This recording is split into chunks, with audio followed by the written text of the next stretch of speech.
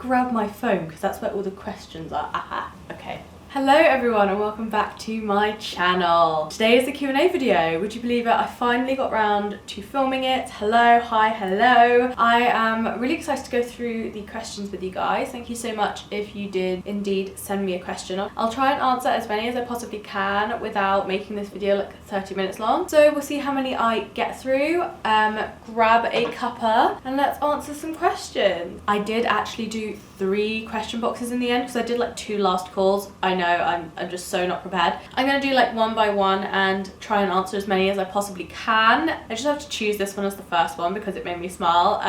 I'm sure she wouldn't mind me sharing, but Ellie sent me, how much do you miss me? And genuinely a lot. It's crazy how much you miss like physically seeing your friends. Like me and Ellie FaceTime a lot, but it's different to actually like physically being with them. And yeah, Ellie, I miss you too. Right, next one is, did you pick a running theme to have in your Insta pics or videos so that your content looks similar? I actually use a scheduling app called Unum, U-N-U-M. It's really good for scheduling your content. You can see what your feed's gonna look like as you scroll. I tend to use very similar edit on all of my photos, and I have a separate edit for my videos, but then I've kept that quite similar as well. So everything looks a bit cohesive, but I use Unum to schedule all my posts so that I know what the theme's gonna look like as it moves up on my Instagram. Next one says, what inspires you? This is a really tough one. I feel like it's a lot to do with how you feel. Me personally, like I wake up and I'm just like, nothing can spark joy, creativity, happiness in me today. Like today is a write-off. And then some days I wake up and I just feel so inspired by my surroundings. I think that's mostly what it is, especially now that I'm shooting a lot of home content. I'm looking around, looking in my wardrobe, and I'm trying to spark inspiration visually and find what makes me happy and brings me joy. It's a bit of a Marie Kondo moment. What brings you joy? What did you study at uni? I actually studied mechanical engineering. I have a first class master's degree in mechanical engineering and I studied at Cardiff Uni. It sort of ties into the next question, which was, what would you do if Instagram ended tomorrow? I would probably use that degree that I spent an awful lot of money on and haven't used yet.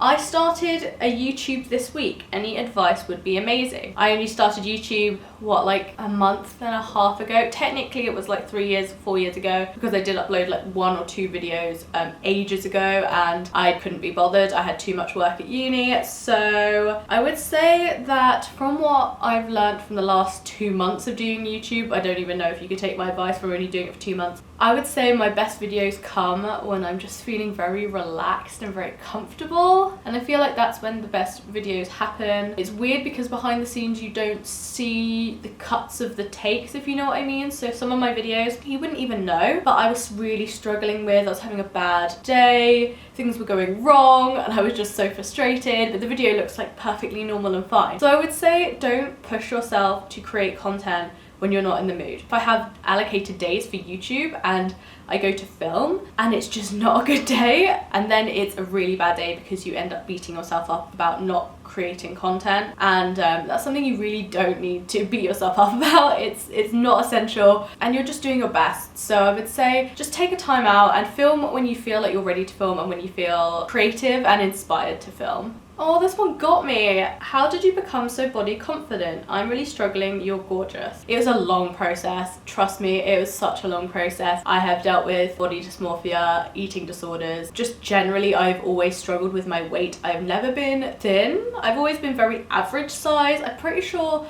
I've been mostly a size 10 most of my life. When I was younger at school, I was about size 14 to 16 at one point. And then at uni, I went down to a size 8 because I was struggling with eating, and I've been along the spectrum.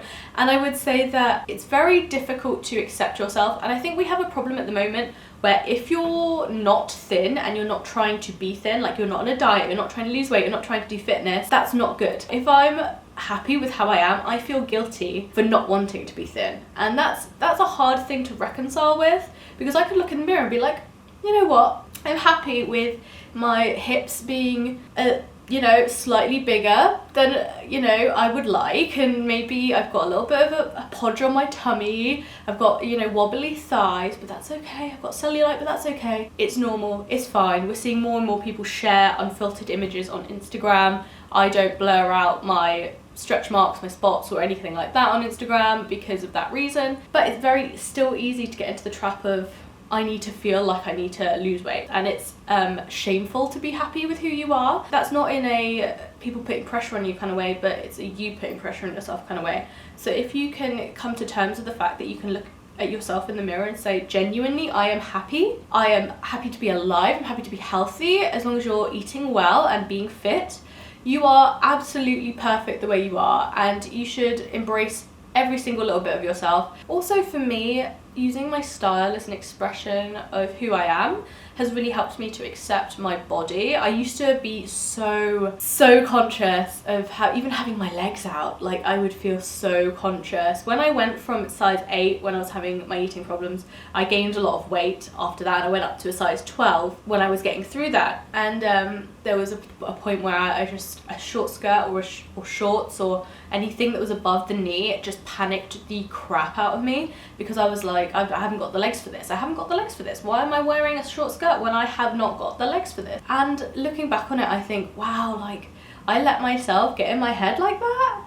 No one cares. No one cares. And if they do care, it does not matter, because they're not in your life, and it's about what makes you feel happy and you feel comfortable. You deserve to show your body off. It's absolutely beautiful. I feel like I've rambled a lot and this probably wasn't very helpful, but it's a long process, and if you do a little bit every day to love yourself, you will get there. Next up is, how do you make your outfit video? I'm pretty sure this is probably about IGTV. I use a app called InShot, and it's really good for piecing together videos and stuff for IGTV. I don't edit my YouTube videos on there because it's just a little bit too fiddly, but if you're just trying to make like a video for Instagram stories or IGTV, I would recommend using InShot. Right, I was wrong. I actually did 4 question boxes. I don't know how I managed that. I must have forgotten that I posted them and then posted them again. So, okay, we'll get through it. How long have you lived in London? I was born in London, and I lived in London until I was 18. I went to school in Camden, and when I was 18 I went to uni, did 5 years at Cardiff, and then I moved back. I feel like these two are like kind of interrelated. One says, how have you developed your personal style? And the other says, what's your favorite thing about making fashion content? I love your style. So it's kind of all style related. It's really funny because when I was at uni, I was such a monochrome girl. Black, white, grey only, very alternative, a bit gothy, anything like that, and I was into it, anything, and I wouldn't be seen dead in this colour, for example. It's so funny because when I was at uni, one of my pet peeves was mustard yellow. Like I would look at people wearing mustard yellow and be like, why would you do that to yourself? And there's a perfectly good black jumper over there, and there's a perfectly nice white jumper over there. Why would you wear mustard? And now I'm like, I love mustard yellow, I love orange, I love green, I love blue. I'll wear any colour. I find so much joy in my style now, as opposed to boxing myself in. I think that is the key. I think nowadays I've opened myself up to multiple styles and colours and textures, and I find it really fun. Like I find style really fun, and using it as a way to express yourself is just, it's just one of my favourite things, and it just brings me so much joy. You can probably tell that I've like lit up talking about like fashion and style, but yeah, it really does bring me a lot of joy, and I really enjoy, you know, curating outfits and developing my personal style. Someone says, what inspired you to start this account? I actually started this account as like I guess like a business Instagram. Like I first started doing this when I was in my 3rd year of uni, so I would have been 22, so that was about 4 years ago. Yeah, it's just the weirdest thing to look back on now. It was a kind of an accident, like it just totally just happened randomly. I had used Instagram for a few years and had gained like a following on there just from posting kind of more alternative outfits, makeup and stuff, and I'd always get asked like, how to do your eyebrows, where'd you get this coat, where's this dress from? I don't know, I'm just coming up with some random crap, but yeah, I would just get constantly asked for my opinion on things, tutorials, and at that time there was no Instagram stories, but which is weird to think about, right? There was no Instagram stories, so I was kind of toying around with the idea of doing YouTube, and someone was like, you know, YouTube's a lot of work, have you tried doing a blog? And I was like, what's a blog? And they sort of explained to me what a blog was, showed me a few blogs, and I was like, oh, I definitely have time to do a blog. I don't think I have time to do YouTube, but I have time to do a blog. So I started writing on my blog, and then it just kind of became the Kitty Luxe as a brand on Instagram and my blog and Twitter and everywhere else on the internet, and that's just sort of how it happened. Totally by accident, was not planned. I had initially planned to obviously use my degree after uni and go off and do some engineering, and yeah, it just sort of snowballed, and now I'm here. What's your favourite piercing? My nipples. I have my nipples done, and yeah, they're my favourite piercings. I'll have to do my piercing story video because I've had a lot of things pierced, so I'll save those stories for then. If you want to see that video, let me know, because I think that could be really fun. So I won't explain that one, but I do have my nipples pierced and they are my favourite piercing. What do you do with all the clothes you get gifted and sent? Do you just have loads of space for it? No, I live in Millennial Flat, which you can follow up here, shameless plug, but it's a 2-bedroom apartment and we do not have all the storage in the world. We have one wardrobe and one chest of drawers. But with the clothes I'm sent, I do gift to charity. I give everything to charity. If I am not wearing something, or it's been in my closet and it's been hanging there for a while, and I do a little bit of Marie Kondo where I pick it up and I feel it and I'm like, is this bringing me joy? There are some things that I haven't worn in years but I've kept because I look at them and it has a memory attached to it, or it has something nostalgic, so I've kept it. But anything that I am just looking at and I'm thinking, that's not bringing me joy, and someone is going to find that in a charity shop and be like, yes, bargain, can't believe I found that, and that just brings, like, it just makes me really happy to think that like someone else is gonna buy that, donate to charity, and then get really good use out of it. I absolutely love this one. I'm like, it took me a while to read it, like a few times, and then get to what it was trying to say. What are the main causes you want people to learn more about thanks to you? Probably 3 big ones. One is just mental health in general. I have suffered with anxiety, health anxiety and depression pretty much my whole life, and it still affects me every single day, and that's something I talk about a lot on my Instagram stories. I want to break the stigma on that and just create an open discussion, and if I help one person, that just means the absolute world to me. Number 2, I have alopecia, so I actually have bald spots all along the back of my head. I will eventually do a video on my alopecia story. It's just a hard one to do because it is an emotional journey for me. I've had alopecia for about 5 years now, and it's just big bald spots on the back of my head. So I will eventually film a video on my alopecia story to, you know, let other people know what it's like and maybe help a few people who've also been through it. But that's a difficult one for me, but that is the second one. And the third one is I also have a joint disability called benign joint hypermobility syndrome, and it's a very painful joint disability. I'm quite lucky in the sense that it's not too bad at the moment. It fluctuates with the weather and my the exercise that I do, so I can't do anything high impact. It's advised that I don't go running or anything like that, but something like swimming would be quite good for me. Strength training is also really good for me, and I'm very lucky that it's warm weather at the minute, because in the winter my joints are so sore. And it's a closely related disability to other pain and joint disabilities, so like arthritis and fibromyalgia. Again, I could do another video on that, but yeah, again, it's an emotional one for me. It's something I've been suffering with my whole life, and I will get around to filming it. I just need to grow some balls and eventually do it. Okay, so these are kind of related as well. So like, would you be able to tell us what equipment you use and how did you edit IGTV and YouTube videos? I feel like that's kind of similar. So I can't really show you what equipment I use because I'm using it now, but I've basically just got a tripod I bought off Amazon. My old one broke. I had like an Amazon Basics one, lasted me absolutely ages, perfectly fine. It cost like £30. And then I bought an upgraded one. It is a bit more sturdy and it's taller, so it goes up to like 7 foot tall. My old one only went up to 5 foot tall. So I invested in that. I'll leave links down below in case you want to shop them. And I also film with the Olympus pen, which is there. And I'm filming with a 17mm lens, which is pretty much what I shoot on anyway, unless I'm doing close-ups, which is usually the 45mm lens. I'll leave links down below anyway in case you want to shop any of it, but that is basically the equipment I use. In terms of editing, learning to edit IGTV and YouTube videos, I taught myself how to edit IGTVs on InShot, like I said earlier. For YouTube, I actually dated someone whilst I was at uni who was a media student and used a lot of video editing software. I also ended up going on shoots where I saw them film stuff, and yeah, it was just by chance, and now I have some skills. So yeah, just luck. I feel like my septum has been wonky this whole video. If it has, I'm sorry, but I'm not going to refilm it because like can't refilm just because of a wonky septum. I'm sorry. How did you learn to pose online? I've tried once to take a picture with my friend of my outfit and it turned out awful. I'm not a natural. I looked like an absolute tit. I'm sure you did not look like an absolute tit. Everyone always thinks that when you first start doing this job, you feel like an absolute tit. You do. You're going out on the street and having people take pictures of you, and people will walk past and people will make snarky comments, and you just have to take it on the chin and have confidence and know you look absolutely banging and you look amazing. You just have to own it. It's the hardest thing to do, because you do feel like an absolute tit doing this, standing in front of the mirror in an outfit that you want to shoot and posing in front of the mirror. I do this every time I do a shoot outside with someone else.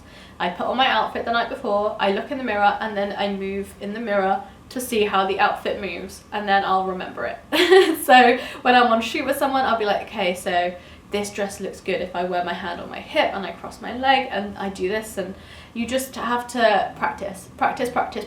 What is your 5-year plan? This is a scary question. I don't have a 5-year plan. So many people have like plans where they want to be in their lives in that amount of time, but I don't. I'm just one of those people that takes life as it comes. I feel like you can't plan too much because you don't know what's going to happen. Like, for example, this situation that's going on in the world at the moment, you can't plan for that. So I tend not to plan for things and I just take it as it comes. How long have you and your partner been together? Me and Alex have been together for around 3 years. We don't really have an anniversary date. I'm not a big anniversary person. We just kind of were more than friends. And then we just went, okay, well, we like each other more than just a friend. Do you want to just date? So it just sort of happened. We don't have an anniversary or anything like that. But yeah, around about 3 years. Do you have an app or a preset you use to edit your photos? I edit my photos in Lightroom. I can do a whole video on how I edit my photos. If that's what you guys want to see, let me know down below. I edit each photo individually. I don't have preset. I know that's crazy,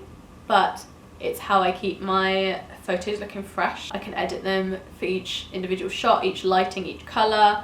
And I feel like that gives me the best outcome. So I don't have any presets. How did you meet your boyfriend? Okay, well, we were at university. We had actually been on the same course for years and I hadn't remember meeting him. He'd remember meeting me once, but I was with a group of people and I didn't really remember meeting him.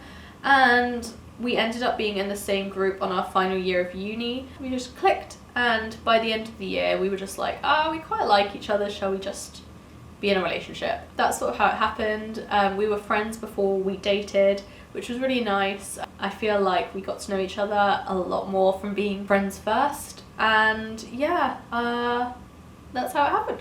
Do you ever feel psychological pressure for always posting content and sharing your life? Yes, in a way. I feel like sometimes it's very easy to compare yourself to other influencers and not feel good about yourself and not feel good enough, you know? When I post photos and it might be completely out of my control, so like it won't pick up on the Instagram algorithm and it won't do so well, and I will beat myself up about it for the whole day because I'll feel like the photo just was not good enough. It's just the stupidest thing. I look back on myself doing it and be like, oh, chill out, you silly cow, come on, like that's not a thing, like that should not impact you. So those sorts of things do get to you. In terms of psychological pressure on posting content and sharing things, sometimes I do, like I'll go through a whole day and I won't do stories and I will just be a bit like, crap, that was really stupid, I should have done some stories, because people want to see what's going on in my life. But then equally, some days I'm just like in bed with my hair up and trackies on and no makeup, and I'm thinking to myself, the last thing I want to do is go get ready, the last thing I want to do is be on camera.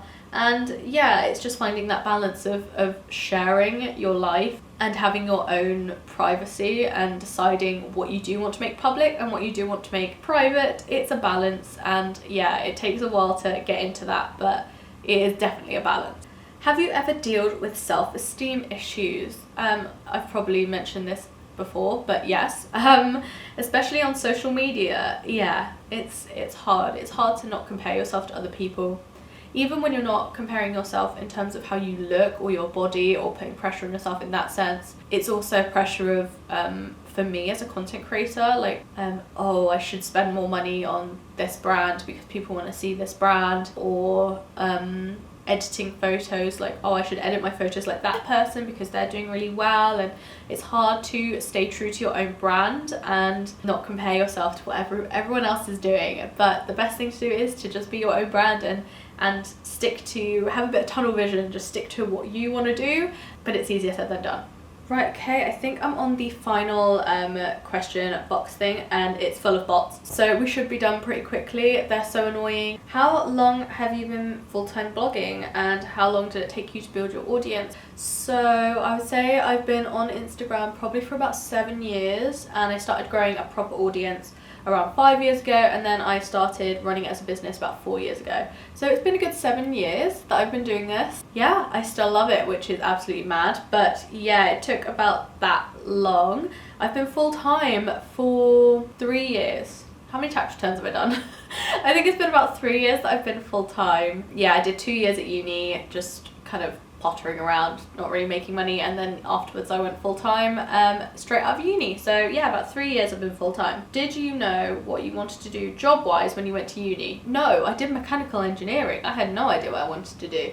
When I was in college, they were like, you're good at maths, you're good at physics. My mum was like, engineer, done, tick. I did enjoy it. I'm quite good at maths and computing and computer programming and that sort of stuff. So yeah, no, I did enjoy it, but I felt like I was lacking something creatively. If I could go back now and do another degree, I'd love to do something like graphic design or even a media or photography degree. I think that would be really fun, and I would get some good skills from it. Little did I know I would need those skills in the future, because I didn't have a clue that this would be my job. Like, I had no idea this would be my job. I had no idea what I wanted to do job-wise when I was at uni, or before uni, or even halfway through uni. I had no idea what I wanted to do.